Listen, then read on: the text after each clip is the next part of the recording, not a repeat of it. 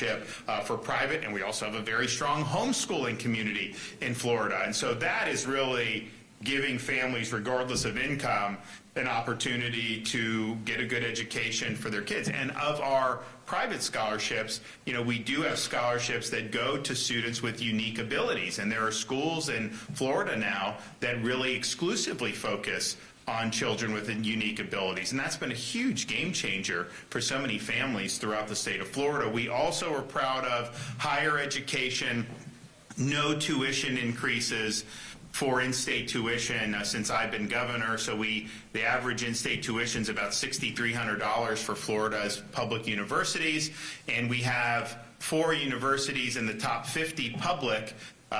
University of Florida has been ranked in top 5, Florida State. We also have, of course, University of South Florida, and then Florida International University, and we have others that are doing well too. But you can go to a university as a Florida resident and not have to go into debt at all. And that's a huge, huge thing for young people. And then we have Bright Futures programs. So if you score high enough, you get no tuition costs. And then if you're rung below that, you get 75% off the tuition. So that is a huge deal. So we're graduating a lot of students with no or minimal debt, which, I don't care, what they're doing in some of these schools, but when they're charging, some of this stuff all in, room and board, is $80,000 to $100,000 a year. And I'm just thinking to myself, man, that is just not going to work. So we're really proud of what we've been able to do with that. We've led the nation in supporting the rights of parents to make sure that they know what's going on in the schools. We've made sure our universities are focused on education and not political indoctrination, and that's an ongoing issue that we continue to do. But I think you've seen Florida really lead the way in many, many good ways. And then even in K-12 funding, the current year's budget, we have the record per pupil spending, almost $9,000 per pupil. That's $240 more per pupil over the previous year. Last school year, our graduation rate rose to 89.7%. That's an increase of almost 2% over the previous year, and that was the highest that we had ever recorded in Florida history. When I became governor, Florida had been doing a lot of the testing, end-of-year testing, the FCAT, and the other iterations of that program. And while you have to evaluate, you can't just say, you go. You do need to evaluate. You need to know how students are doing. It was almost like you'd prepare for this test at the end of the year, and then if you didn't do well, you're at summer vacation. And so there was no time for remediation. So we replaced that high stakes test, end of year testing model with progress monitoring. So you have progress that's monitored throughout the school year. So you may do a test, see some deficiencies, but then you have time to work with the parents and rectify that. And so that's been very positively received. The results have been good, and this has been going on now for really just a couple of years, but that was a very positive change. And then last year we had full school year 2024, 1,300 schools earned an A grade, and that's a 6-point increase over 2023. And I know we've got a lot of A schools here in Lake County, so we really appreciate what you're able to do with that. We've also done a lot on school safety and mental health. I put in the budget $570 million for 24-25 fiscal year. I don't know if any people are following the machinations in Tallahassee. They do not have a budget agreed upon in the legislature yet, and we have Friday is the end of the legislative session. So I don't know where that's going to land or where that's going to stand, but I do think that what we've done on school safety, mental health has been very positive over the years in the state of Florida. Some of that grew out of the Parkland and the recommendations that were implemented, and I think it's made a really, really big difference. Another thing that we've done that's been really positive is focus on workforce education. Yes, going and preparing people to be college ready is good. That's a good path for a lot of students, but it's not the only path to go to a 4-year brick and ivy university. And if you look at the economy, particularly over the last 4 or 5 years, there's been demand for skilled trades. and being able to do it. And we have a lot of industries that have grown. We've added 100,000 manufacturing jobs in Florida since I've been governor. Our manufacturing businesses are up 30%. You have opportunities certainly in Central Florida. You go over to the Space Coast, you have a lot of people that are involved in aviation, aerospace, and can make a really, really good living having these needed skills. So we've worked really hard to do that. We had over 800,000 CTE students and 480,000 post-secondary CTE students in the most recent academic year. We've also pioneered the idea of rapid credentialing, and we got almost 80,000 rapid credentials in 2024. Those are disproportionately, if not exclusively, skills-based credentials, and we've invested over $10 billion in workforce education programs since I've become governor. Teacher pay. We approved a $200 million increase for teacher salaries in the most recent budget. Total amount for exclusively teacher pay was $1.25 billion. When I became governor, people would talk about teacher pay, and you can increase education funding. Florida sends a lot of money to the school districts, but then it's determined on the district how to do it. So you can say, hey, the teachers need more money, let's increase spending. And then it goes down. They don't have to spend it on teacher salaries, right? I mean, that's a determination of the school board, working with the school district.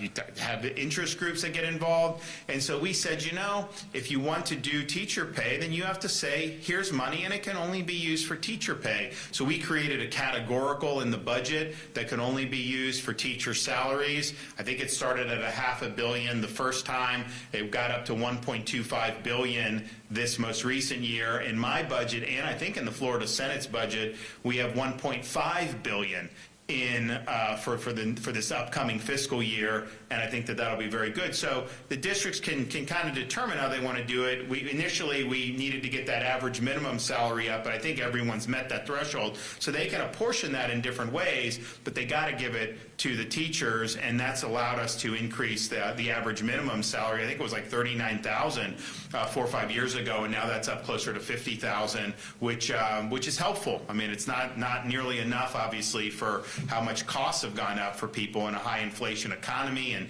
hopefully we'll see that ebb as the months go on. But that's been a real big issue over the last 3 or 4 years for a lot of people. But we've put record amounts of money. We've never done this much resources for teacher pay in the entire history of Florida than we have in these most recent years. And I know we've had a lot of great support from people in the legislature to be able to do that. One of the things that we stressed was civics education.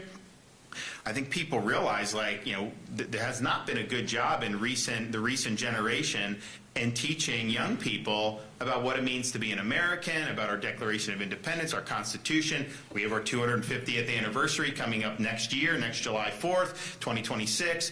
And so, but this is really important because you're graduating folks from high school, let's say. They're going to go in a whole different directions for different things that they'll pursue, but they're all going to be called upon to exercise the duty of being an American citizen. And you should have a foundation about what that means. So we really put an emphasis on civics education. And it's one thing to say, you must learn this, you must learn that. But you also have to have teachers that are well-versed in this and that are passionate about it. And it just occurred to me, having looked at higher ed reform, you go to a lot of these universities, some of them don't offer really anything that's straightforward about the founding of America. And that's one of the most critical periods to study in all of human history. And so you could be somebody that's gung-ho about civics, and you just may never been exposed to a lot of the foundational elements that ended up leading to the creation of America and have been reflected in our founding documents. So we created a program called the Civic Seal of Excellence, which and you get a bonus for going through. You go through this course, I think it's 50 hours, you can do it online, and you get a $3,000 bonus if you go through. And you don't even have to just be a civics teacher, an English teacher, because really this undergirds everything. And so we've been able to award more than $50 million in bonuses to teachers that have gone through this Civic Seal of Excellence program. And we were getting people from professors from Hillsdale College, Heritage Foundation, people that really revere the foundations of America and really have learned about it. And the response has been, I think it's like a 90-some% approval for having gone through the course, they think it's very, very valuable. And so I think that's very telling that it's been that. So we're proud of doing that, and we're going to continue to do that. Now, we're always looking for ways to increase the experience in our schools and make sure that students have what they need to be successful. So one of the things that we've done is utilize Hope Florida, because it initially started with Child Welfare Department of Children and Families, but obviously there's a very strong nexus with education, and so using Hope Florida as a way to be able to connect students and families with additional resources depending on their needs that are exterior to government. And that's the whole thing with Hope Florida. I say it's like one of the policies of our administration. Some have said it's a program. It's not really a program as much as it's a philosophy about how do you use existing resources in state government to lift people up and put people in touch with resources that can lead them to a path to self-sufficiency. So, the standard model, if you're in a government agency, if someone in need comes in and you look to see, okay, what programs or checks can I get to them that the government is doing, and that's kind of your silo, and that's what you really focus on, and hasn't really been proven to be very successful over many, many decades of doing that model, but it is what it is. But we also recognize in Florida, we have a wealth of resources in our communities that are exterior to government, particularly with the faith-based community. And so when the First Lady conceived of Hope Florida years ago, the insight was, there's a lot of people in need. There's a lot of people that want to help people in need, but connecting the two is not always easy. And the people in need tend to not know where all the resources are outside of maybe going to try to see if there are government programs they can get on. And so Hope Florida has enlisted thousands and thousands of churches, businesses, charities, even individual volunteers to be a part of the program. These folks that are working for state government have been basically repurposed to be what we call Hope Navigators. And so rather than just focusing on getting people on as many government programs as possible, they come in. We now have this care portal. The needs can go in. It goes out to all the Hope Florida stakeholders, and boom, you can have folks come and help that have nothing to do with government and are no cost to the taxpayer. And so that model is much different, but it's a model that is more successful. So since Hope Florida has been instituted, there have been 30,000 people that have gotten off public assistance, and it's saved Florida taxpayers over $100 million. Now, that's good in terms of the taxpayer savings, and we're proud of what we've been able to do to run a good fiscal ship. I mean, for example, I put out some good graphs. We've been on this mission to retire as much of Florida's debt. So, over a 180-year period, states can rack up debt. And so Florida had X amount of debt, and not like it was terribly high, but we wanted to do. So we've retired 41% of our state's historical debt just since I became governor in 2019. And what we've done is we've created a program to do it more aggressively, so we're retiring it early. That then saves us, we've saved over $1 billion in interest costs by retiring the debt early. So not only are you retiring the debt, you lower the total debt burden, but you're saving, each tranche we do is usually saving $100 to $300 million in accumulated interest costs. We also have a very uncertain bond market. There's a lot of issues out there in the economy, and so this has been really, really successful. So we now in Florida have the lowest per capita debt of any state that has state debt in the entire country. If you look at the percentage, the amount, so debt per capita, how much if you just divvied up Florida's debt and we just wanted to retire it in one fell swoop, what would each Florida resident have to pay for that? Your share is less than $500 per citizen. Now, is that good? Is that not? Well, the federal national debt, if we did that per U.S. citizen, you would owe over $105,000 per U.S. citizen to be able to retire our federal debt. And then the amount that is owed per person in Florida has been declining significantly. Obviously, it's been rising in the United States. Our total number of state employees per capita is the lowest of anywhere in the United States. We've also cut taxes. We've done all that. So I'm very much about the fiscal. And this is a program or a philosophy that has helped save taxpayers a lot of money. But that, to me, is secondary to actually lifting people up and actually giving them hope, getting them connected with people who really care about them, take an interest in them, and want to see them succeed in different avenues of life. And that has been the way to do it, and that's really what's been inspiring about the program. And so I'm proud of the cost savings, I'm proud of that, but the individual stories, when you hear people that have benefited from the program, when you listen to our navigators who can talk about what they've been able to do to get people on a better path by leveraging these resources that are exterior to government, that is worth its weight in gold. That is really what this is all about. So we have done higher education, Hope Florida expansion, where you have Hope Florida liaisons at our state colleges. Because if you think about it, you may have a single mom struggling to put food on the table, but also going to a state college to try to get some more skills so that she could do a better job supporting her kids. And it's not easy, and you can fall on tough times. Well, you will have somebody right there at the state college who will be able to link with Hope and the resources that are available and potentially make a very meaningful difference in the lives of students like that. We've also done the Hope Florida with employers and Career Source.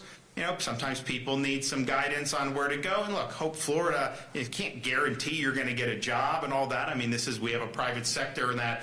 But linking people with the resources that can get them in a position to be able to succeed is something that's really, really important. So since June 23, more than 1,700 individuals that were referred to Career Source through Hope Florida obtained a job or received help that allowed them to increase their earnings. And so that's something that, if not for these connections, a lot of that may not have ever happened. So we've been able to highlight the success of individuals who have been able to advance themselves, and we're really, really happy to see that people have succeeded. Now, with the Department of Education, Commissioner Diaz has really led the effort to be able to utilize the Hope model within our education department. And so since October of last year, the Florida Department of Education has been working to help families, particularly very young children aged 3 to 5, who think that their child may have a learning disability. Early interventions can make a really, really big difference. And so since October, the Hope Navigators at the Florida Department of Education have worked with more than 450 families across 46 different counties. And what they've done is they've connected those families with different resources. So 230 families were connected with student screenings and evaluation so that they could determine eligibility for community-based services available through partners like Center for Autism and Related Disabilities. 120 families were helped with their school district administrators to improve student achievement. 70 families helped with navigating school choice programs. 50 families helped with continuing education and employment assistance, and 50 families with child care and early learning resources. We're going to be doing more with Hope Florida in the child care space in the coming days and weeks. And of course, FDOE here in Florida, they're really involved with the state colleges, having the liaisons there. They oversee our state colleges. So that brings us to today's announcement. So there's been a lot that's been done, a lot of positive momentum, but we want to keep it going. So we're happy to announce today that the Florida Department of Education is now working a pilot program that identifies and trains a Hope Florida liaison at each school in select school districts. So these liaisons will serve as a dedicated person on staff who can act as a point of contact for Hope Florida resources for students, parents, and staff, serves as a trained expert in the Hope Florida navigation, receives Hope Florida materials to distribute in the office, to help students or families get connected with Hope Navigator when needed, and to train others on both the philosophy and functions of Hope Florida. Additionally, the liaison will be able to connect local community providers, charities, and faith-based organizations that are active within their school community with the Hope line if they can help support those who reach out to Hope Florida. Now, Orange County was the first school district to identify and train a liaison, and Lake County, which is why we're here today, is now the second district that is going to identify and train a liaison in every school. So thank you, Lake County, for stepping up and helping to spearhead this great expansion. So what will the pilot program do? Well, the navigators who are trained will be able to help parents and kids who have developmental disabilities find the support they need to ensure they have access to special education services. Navigators will also help with early intervention for children who have special needs, or even help families who may be having difficulties at home. And then the navigators can also help both students and parents by connecting them with resources for things like employment assistance for the parents or educational resources for the children. So how has this worked? Well, in one instance, a mother from Osceola County contacted Hope, Florida, seeking educational resources for her 5-year-old son with autism spectrum disorder. Her Hope Navigator identified the need for autism support services during their initial assessment and referred her to the Florida Diagnostic and Learning Resource System's Child Find Specialists to begin the evaluation process. The Mother's Hope Navigator also facilitated a handoff to the Centers for Autism and Related Disabilities. And then continuing with that, the Navigator followed up to learn that the son was enrolled in a local school and receiving autism services, and she is pleased with the Hope Florida Navigator's help. So greater self-sufficiency for families is not only good in of itself, it will also improve education for the children. So I want to thank Diane from here in Lake County for supporting this important mission. I know Lake County will continue to do a great job as they have for many, many years. And so this is an exciting announcement. We're going to hear from some more folks. So we'll begin with Florida's First Lady, then we'll hear from our Commissioner of Education.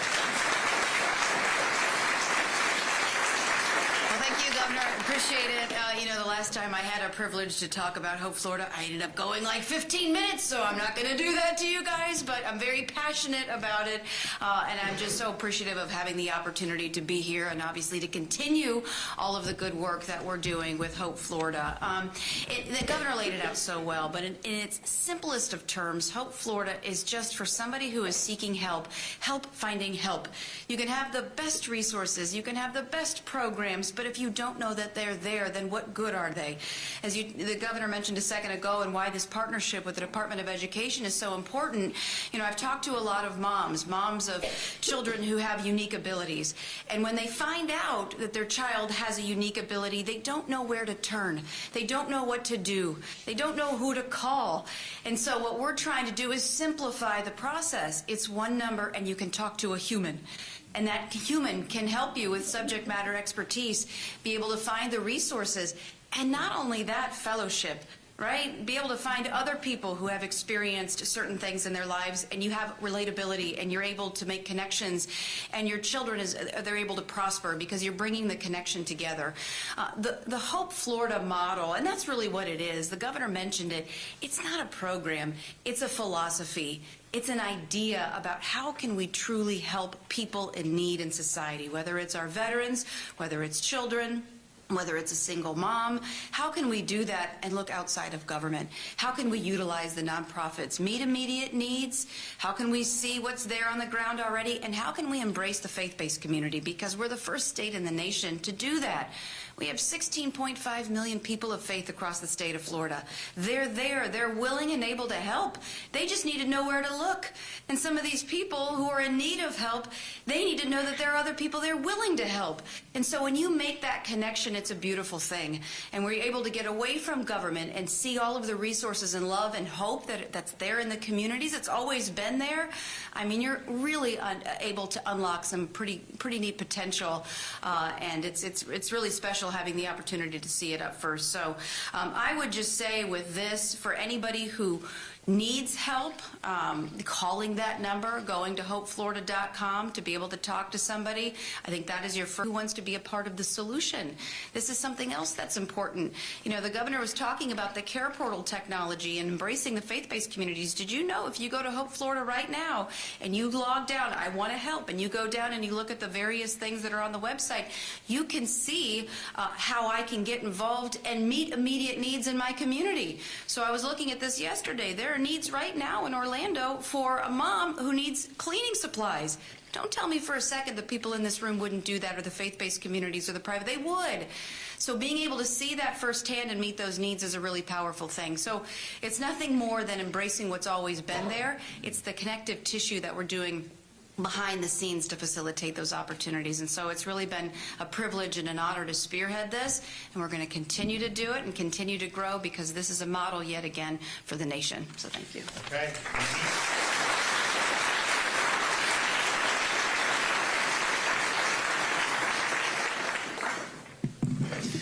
Thank you, Governor and First Lady, for having me here, and thank you for your leadership on Hope Florida.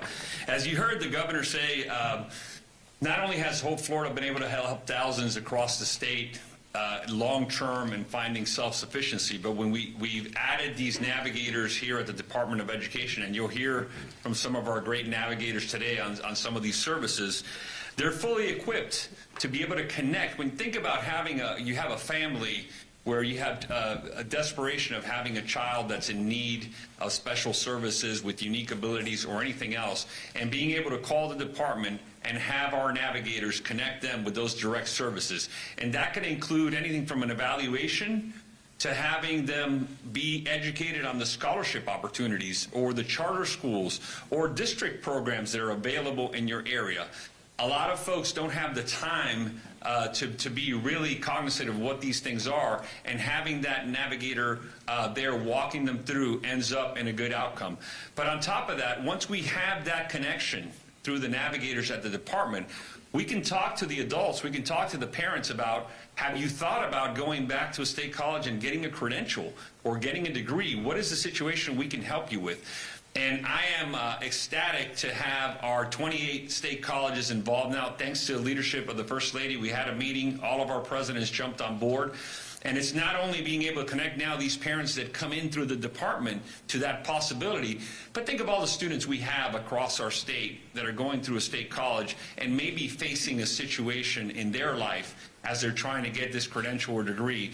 Now we can connect through our navigators, through that liaison at that state college, to Hope Florida, and help them find solutions and help provide those resources for our college presidents, for the staff who are trying to help their students, whether they be adults that are career changers coming back to school, or just students that are trying to get ahead in life and have come through there. So it's really incredible making all of these connections and being able to connect it to anywhere from 3 to 5 all the way to people who are going through college. I'm very excited, and thank you, Superintendent, for Lake County joining us in this venture, in this pilot program. I'm thankful to Orange County as well. This is going to be great. Everybody knows that our schools are the centers of our community. And oftentimes it is our principals, it is our teachers, it is our guidance counselors that find out about an issue that a family is having through the student and through the parent. What better way to get them help than to immediately connect them to this network? I look forward to this growing across all 67 districts, through this pilot, and I look forward to being able, through Hope Florida, changing the lives of not only the children but the families. And again, Governor, I want to thank you for your leadership on this. First Lady, incredible leadership. Thank you for doing this, and we will continue to go forward and make sure that we can change the lives of Floridians going forward. Thank you.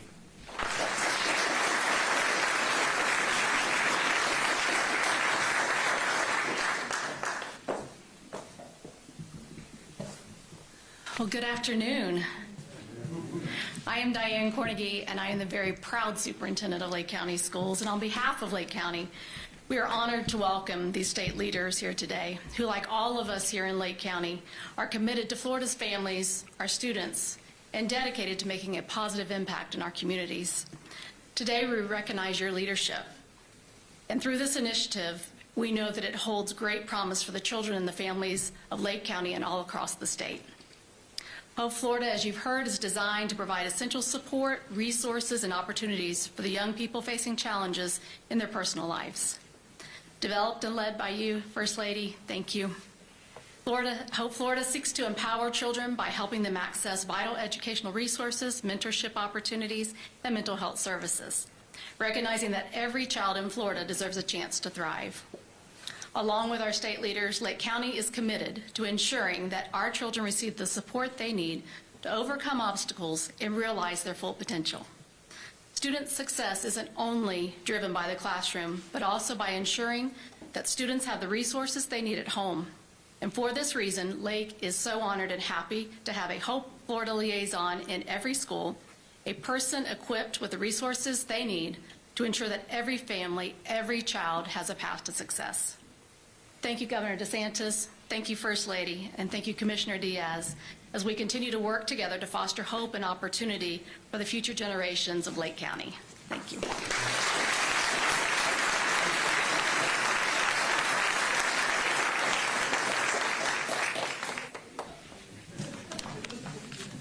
Hello. First off, thank you to the Governor and especially to the First Lady for allowing me to represent Hope Florida's Department of Education navigators today. My name is Mary Magner, and I am here not just as a representative, but as someone who walks in the same shoes as many of the families that we help. I'm a single mom raising a 3-year-old, juggling the same daily challenges that so many Floridians face. Every day at Hope Florida, we're building bridges and connecting families with the private sector, the public agencies, nonprofits, and our faith-based communities. But behind all of the technical stuff, there is something much more personal happening. Before joining Hope Florida, I spent several years working with the Department of Juvenile Justice, where I saw firsthand how early intervention and proper supports can change the trajectory of a young person's life. That experience showed me that connecting families with resources before the crisis points are essential, and it's what drives my passion for the preventative work that I do now. Our team in the Department of Education actually works within the Bureau of Exceptional Education and Student Services, which means we have a special focus on supporting families who have children with disabilities. The system of support available to these families is incredible, but it is also overwhelming. Most folks simply don't know where to start, and that's where we come in. As navigators, we get to effectively deliver that person-centered support by prioritizing individualized goals and creating meaningful and lasting connections and support systems. I remember helping a single dad whose 3-year-old had just been diagnosed with autism, and I saw a lot of myself in him. We got him in touch with CARD, the Center for Autism and Related Disabilities, along with our Florida Diagnostic and Learning Resources Systems to start setting up those needed educational supports. And it's those kind of connections that most people simply do not know are out there that Hope Florida helps build the bridges with. Ultimately, these aren't just cases, they're neighbors, friends, and sometimes they're even us. Because at some point we all need help. And that's exactly why Hope Florida exists, is to be there when that moment comes, to offer the assistance and genuine hope. So thank you. Good job.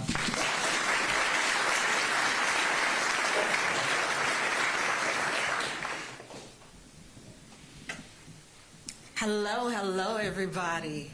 I am excited to be here. My name is Lakeisha Williamson. Thank you so much, Governor and First Lady, for inviting me out to speak. I am a Hope Navigator with the Florida Department of Education. I've worked with children and families. I started out there going just to be an admin or to be an assistant. I ended up being an assistant to Miss Murray, who was a director over with Hope Florida. I had never heard of Hope Florida. So having the opportunity to kind of follow her around and go to the meetings she was going to, she was speaking and the staff was speaking from the heart. We would hear testimonies and I was like, I want to be a part of this venture. It was beautiful to actually have an opportunity to see the families who were actually in need, and a Hope Navigator went to their rescue. They was linking up with a lot of people in the community, which I didn't know were out there that could actually assist. So when the opportunity came over at the Department of Education to be a Hope Navigator, of course I jumped in. I applied for the position. I got it. I was super excited. One of the things that I really learned is that it is so many of us, and I say us because I'm included in that number, who don't know where to go, who don't know where to start. Where do you start looking when your child has issues? I had a parent to come to me. She called in on the Hope line. She came in and she was like, I'm working part-time. They want to give me a full-time position. I have 2 little ones. They're in daycare, but they're in daycare only part-time. I need full-time care. I don't know what to do. I don't know who I need to speak with. I told her, I got you.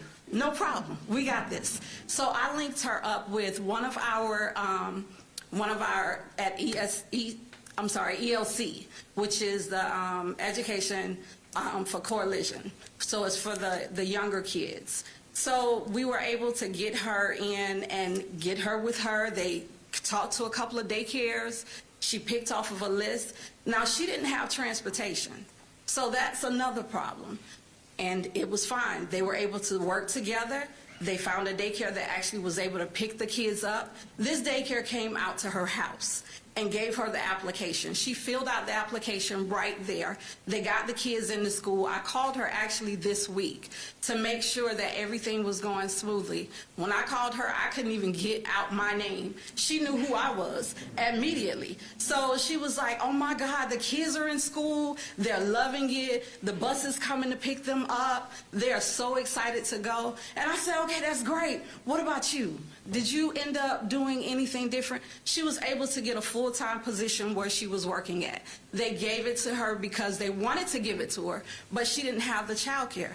So once she was able to get all of those pieces lined up, she was able to get a full-time position. The kids are in school full-time at a daycare.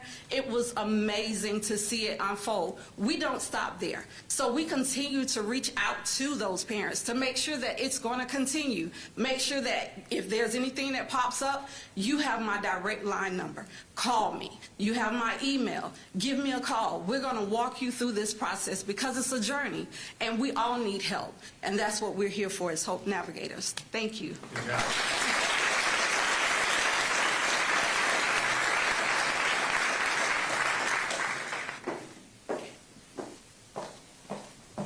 Good afternoon, everyone.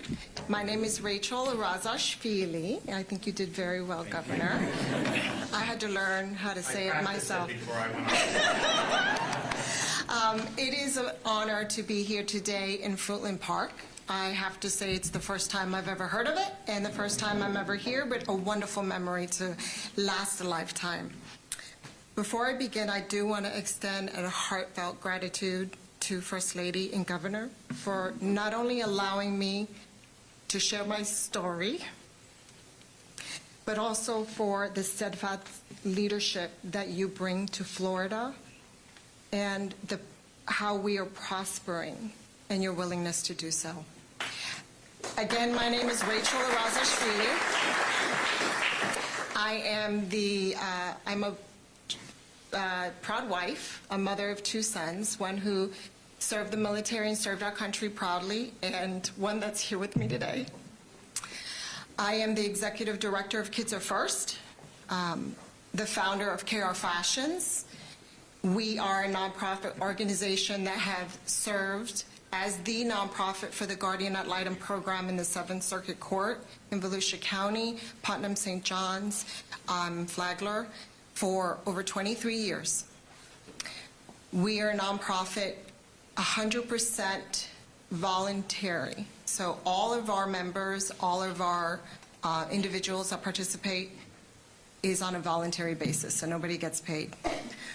What we do is we provide basic essentials for the children in foster care systems: clothing, shoes, school supplies, birthday gifts, Christmas presents, graduation cap and gown, prom dresses. Whatever your child has and needs, you name it, is what we provided. And the reason why this nonprofit came into fruition is because there wasn't enough funding in the system to provide. And so our community came together to provide it. Our connection with Florida, Hope Florida, began a few years ago when we received an award of funding that supported what we did. And it came at such a crucial moment for our nonprofit. And it was truly a blessing that allowed us to continue to serve the needs of our community and also solidify our service to the community.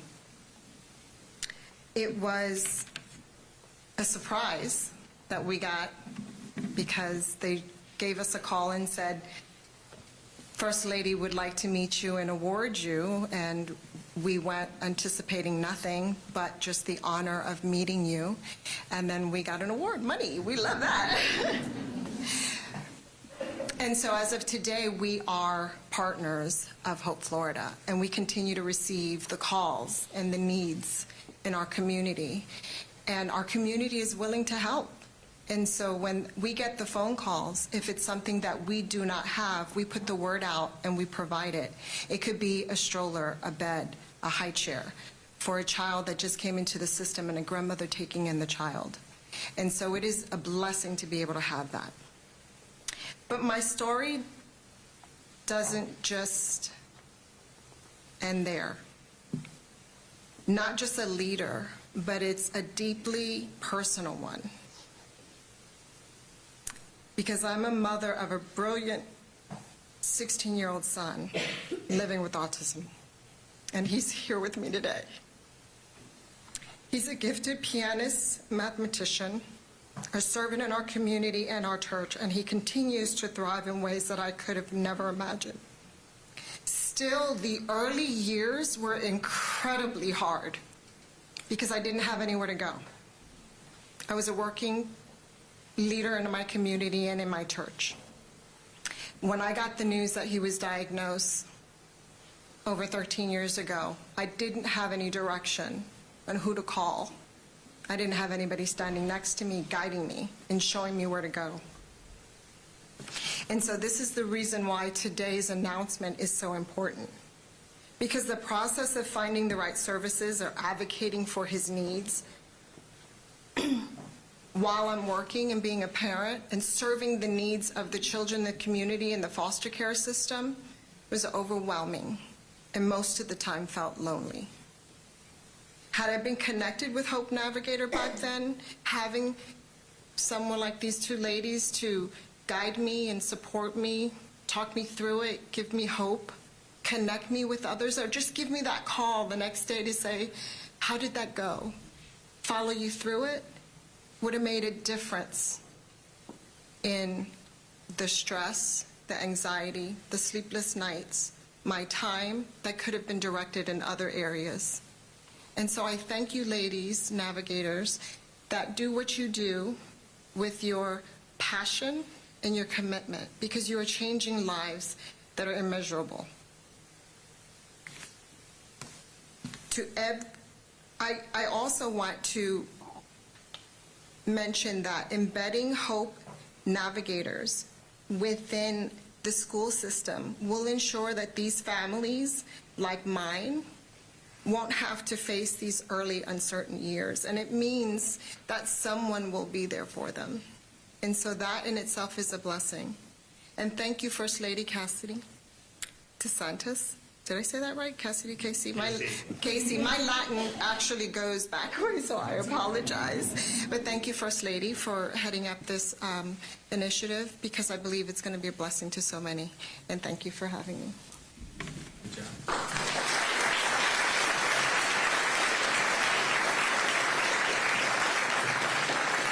We appreciate everyone that's involved. You know, when you're dealing with different issues, if someone needs, you know, like we had the Hurricane Ian, and it knocked out, you know, a couple of the causeway and one of the bridges. Like, now, not that that's easy, but like you either rebuild the bridge or you don't, right? I mean, it's pretty much, you know, when we did the one in 3 days, we did the other one very quickly, and people were happy with that. But you know what you got to do, you do it, right? when you're talking about someone in need, it's not like you can just write a check and be guaranteed that those folks are going to end up broadening their horizons. There's a lot of different things that go into it. And I just don't think that ultimately you can have a sustainable model if you're not enlisting all these great partners in the community, whether it's our charities, our faith-based groups, whether it's private businesses who want to help. I mean, how many businesses want to help veterans who are in need? Individuals who want to volunteer their time. So it's much more difficult. The problems are much more difficult. They're not as susceptible to easy solutions. And so that's where you have to start thinking bigger than just the silo of one or more government bureaucracies. And that's exactly what Hope Florida's done. And the people that have been a part of it have made a real difference. And the best is yet to come, guys. So thank you all. Appreciate it. All right, I'll take any questions if we got any back there. Yeah, Yes, ma'am? Can you please give us, sorry, you want to go ahead? Yeah, go ahead, you can start. Thank you. Governor DeSantis, Laverne McGee, News 6, good to see you here in Central Florida. I had the opportunity to speak with you last week when you were in South Florida.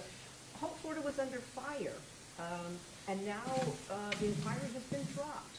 Do you think that that was some sort of political attack against people who were... Of course it was. It was all political. Of course it was. When people smear what they fear. And if Hope Florida represents a threat to their worldview, they're going to go at it. If the First Lady represents a threat, potentially, to what they're doing. So it was all manufactured in terms of the political. But the reality is when you're doing this stuff, why are you doing it? Are you doing it because you have some type of personal or political agenda? Are you doing it because you actually want to see people succeed? You actually want to lift people up.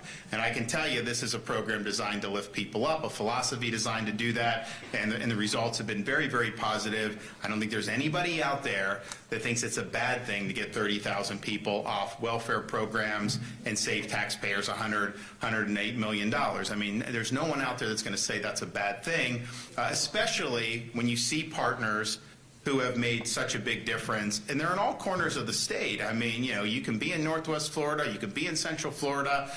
We've got churches, we've got charities, we've got people that really, really care. And you heard from some of our navigators. I mean, it's inspiring to be able to make a difference in people's lives in a more profound way. So, yes, it was political. Obviously, we're now in a different posture in terms of this legislative session, but the mission continues, and we're not going to let any of these guys get in our way.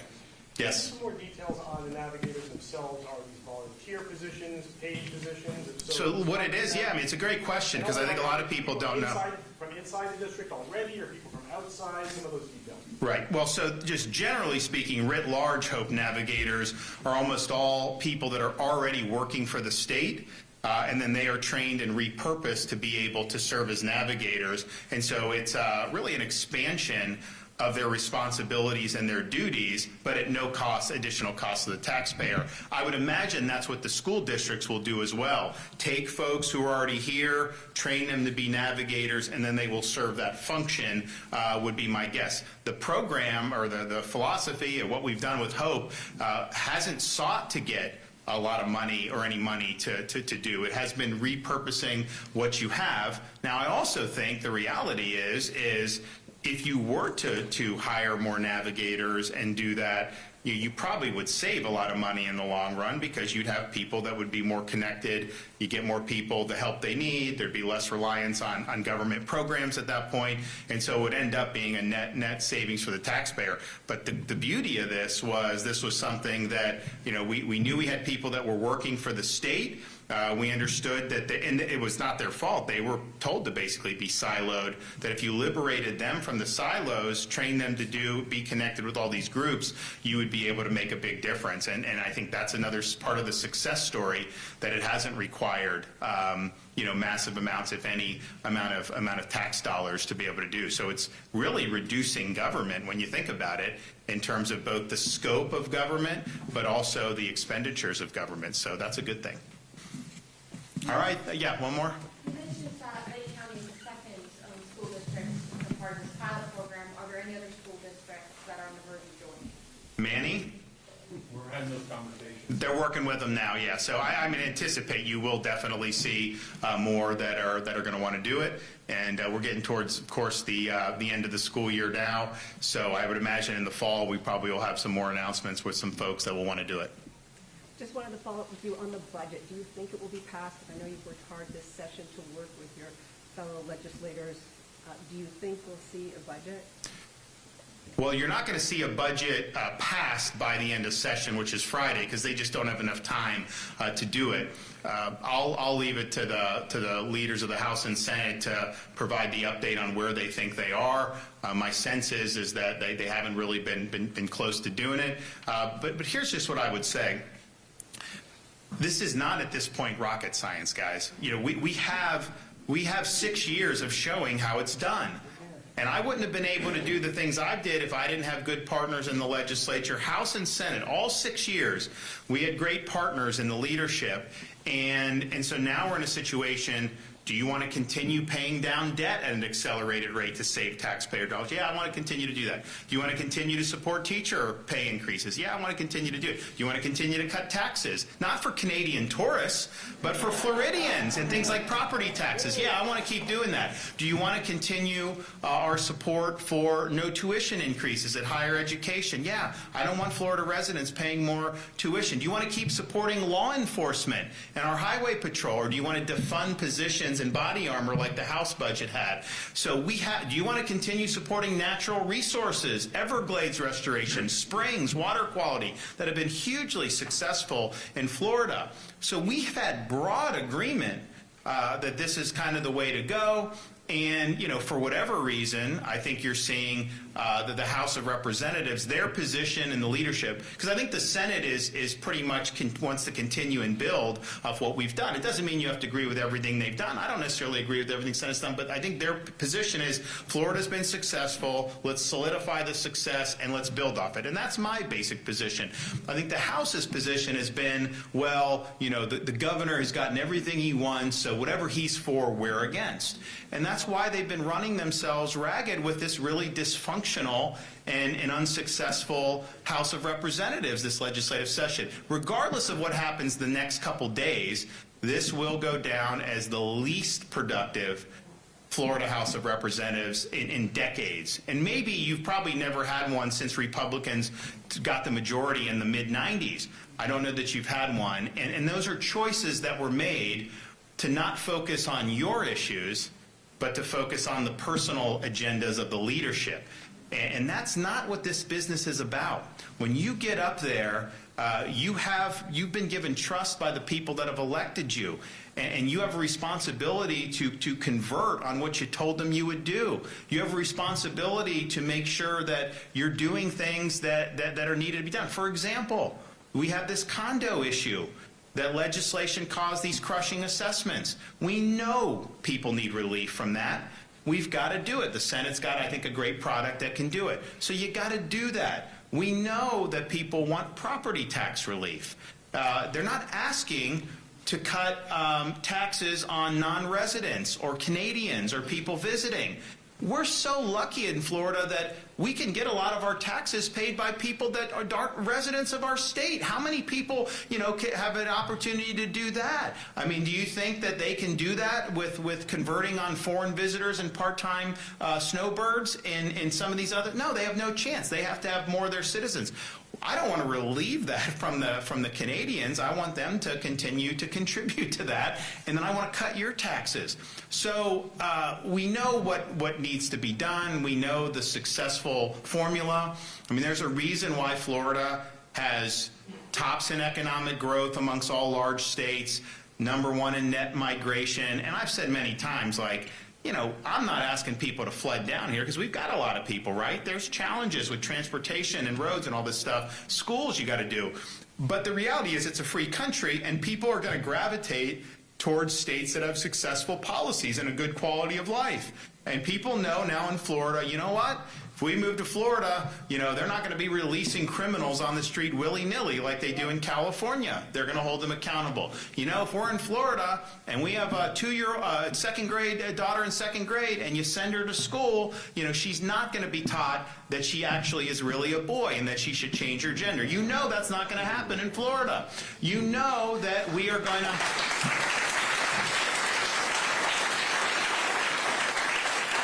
that we're going to take our responsibilities seriously with respect to protecting taxpayers, not having an income tax, reducing taxes. We're going to have budget surpluses. We're going to pay down debt. You just know all that stuff. So obviously there's a lot of people that find that attractive. So what you should be doing, what the voters elected these members to do, is to solidify that success and build off of it.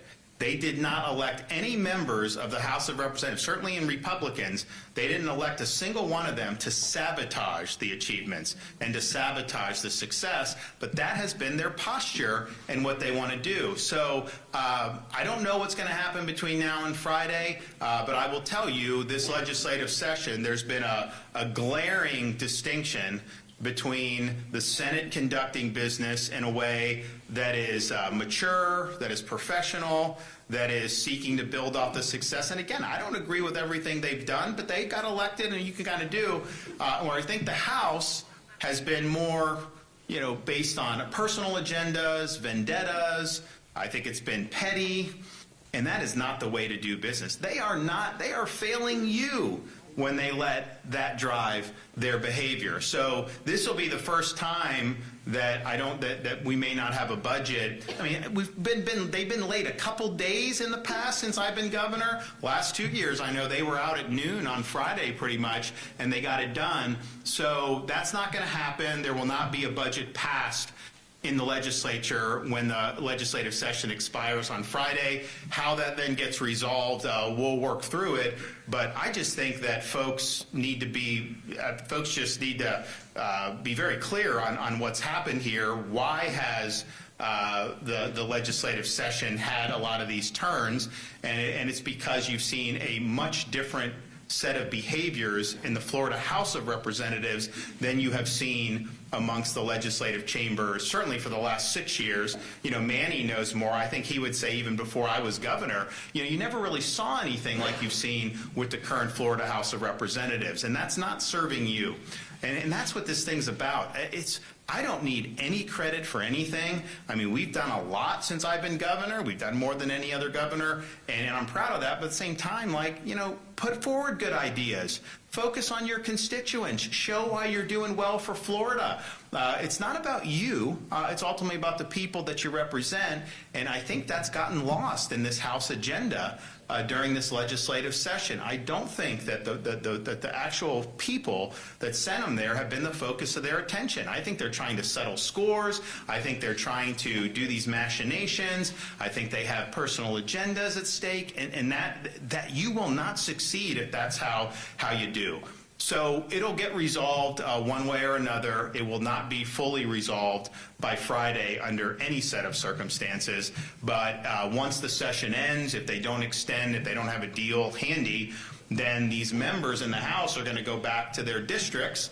And I think, and I know voters are focused on a lot of other things, but they're going to have to answer to the voters about, hey, why did you vote to reverse the high conservative higher education forms that we've done in Florida? Why do you want to allow institutional capture of the universities by the left again? But you voted for that in the Florida House. Why did you try to stop the governor for my immigration enforcement proposals? You actually voted in the House this failed amnesty bill to make Florida de facto sanctuary state. Why did you vote for that? Why didn't you support the governor from day one and support the president on that? We're doing this Operation Tidal Wave right now. Massive operation, state, local, federal.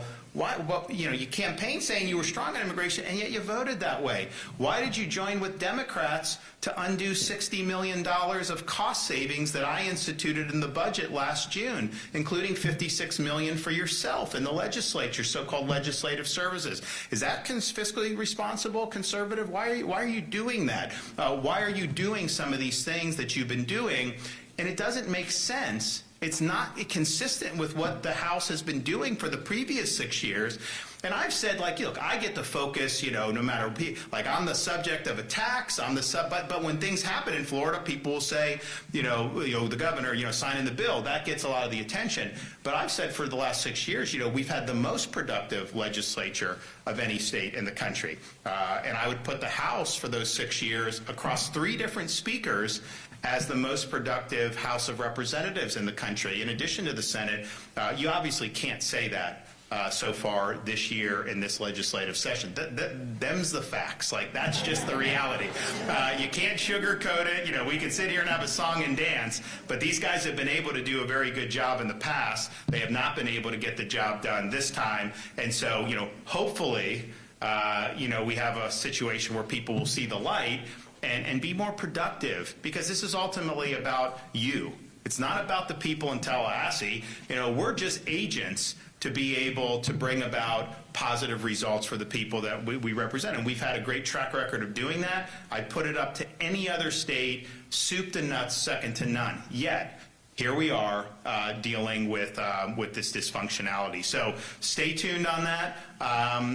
I think it's fair to say that I will have a little bit more to say on this as the days go on. Thanks, everybody. Appreciate it.